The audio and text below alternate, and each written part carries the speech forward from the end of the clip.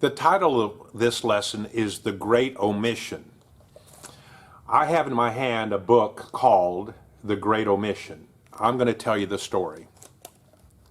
It was in the early 50s, 1949, 50, and 51. There were some missionaries that wanted to reach out to a tribe in the Amazon in Ecuador. And these missionaries worked hard at that, and they used techniques to get in there, but these people they were trying to reach were known to be either headhunters or violent to outsiders, would kill people. And so the man's name was Nate Saint, and the other missionaries were there, and this book was written by Steve Saint. And Steve Saint wrote this book called The Great Omission.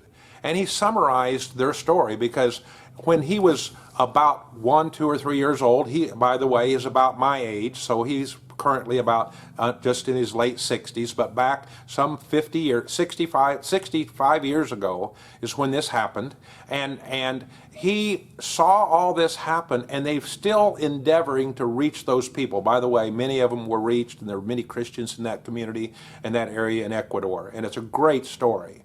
And so, as it turned out, they were still trying to decide how to reach these people, and they would have medical teams come down. And these medical teams would come down, and for example, here's the story, they brought dentists. Well, they tried to fix teeth. They had to pull a lot of teeth because they were beyond fixing. And here was the problem.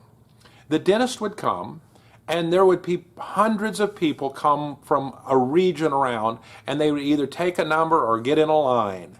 And so every day these dentists, when they normally would see just a few patients each day in the United States, they're seeing a number of people every day. And at the end of every day, they're tired, and they go get refreshed and have a nice sleep, and the next day they would see them again. But it came to the reality that at the end of one day, there's going to be the end of the line. The one person is the last person they helped with the teeth, and the one beyond that line gets no help.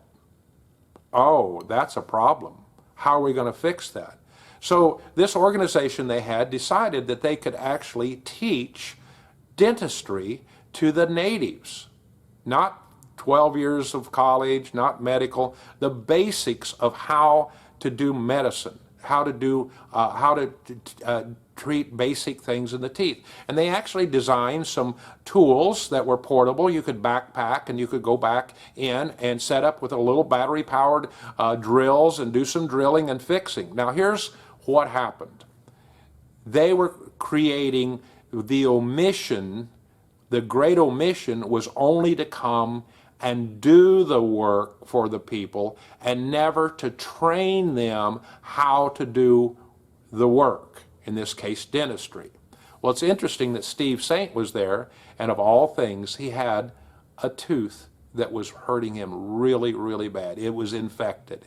He's in the middle of the Amazon. He's an adult now. It's later years. They had trained these nationals, these natives, to do dentist work, but he had a choice. Would he actually let someone drill his tooth in the middle of the Amazon, and that person did not have years of medical training? I love it. He did it. Here's where we're at now.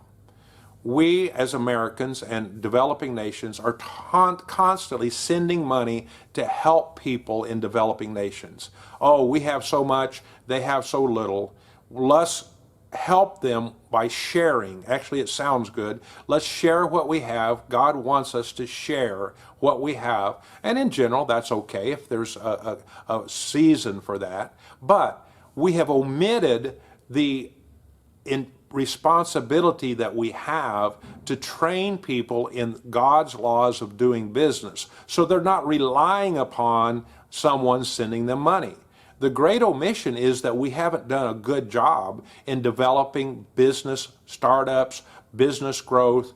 You know, not all money has to come through a developed nation to a developing nation. In fact, it's quite demoralizing. We're just waiting for a handout. We're waiting for a gift. We're waiting, and at some point that usually dries up. So we are focused as a ministry, Inspiring Better Business. We're focused with what we're doing is not sending money unless there's an absolute purpose, and usually it's along business banking line. We're all looking at ways that we can send money to buy a piece of equipment, but it's for a loan and the loan is paid back. We're not just sending money, because we're omitting that, leaving out that responsibility of a business person to do good business. And now we're teaching how to do good business, how to start small and grow step by step, how to put systems and processes together, how to understand your numbers, all the way from accounting numbers for your bookkeeping to job costing numbers and numbers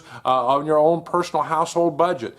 A person that doesn't know their numbers is going to be at a disadvantage, because they're not really understanding the business side of their business. Because without profit, this is just a hobby. You have to make profit in order to call it a business. You have to pay your bills. And so we're putting together, and we're excited about putting together courses and classes and information that would be building the ability for people to own and operate their own businesses. Now, some of them are going to be just family-owned businesses with no employees outside of their personal family, maybe a husband, wife. That's fine. We call that a lifestyle business. But we're really looking for those people that God has called to actually employ people. That would start with maybe their family, and then it grows to employ one person part-time, and then another person, and then a couple people, and they can manage and they can learn step by step by step. You see, the reason we have 40 and 50% unemployment, in my opinion, in these developing nations is that the business entrepreneur has never stepped up to the plate to stay in country and do business. And there's opportunity there. A lot of times those entrepreneurs want to leave because it doesn't look like there's any opportunity. We're going to show you videos and teachings of people that did stay. One particular happens to be a dentist, and it's in the country of Nairobi, Kampala, Uganda. And he had the compelling urge.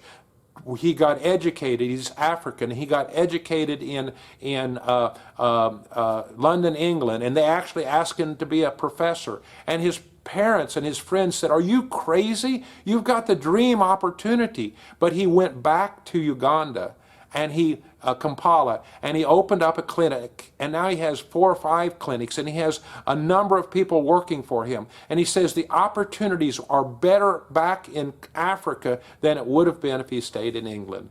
That's what we're about. We hope to help you start, grow, and excel businesses. Thanks for being a part of Inspiring Better Business.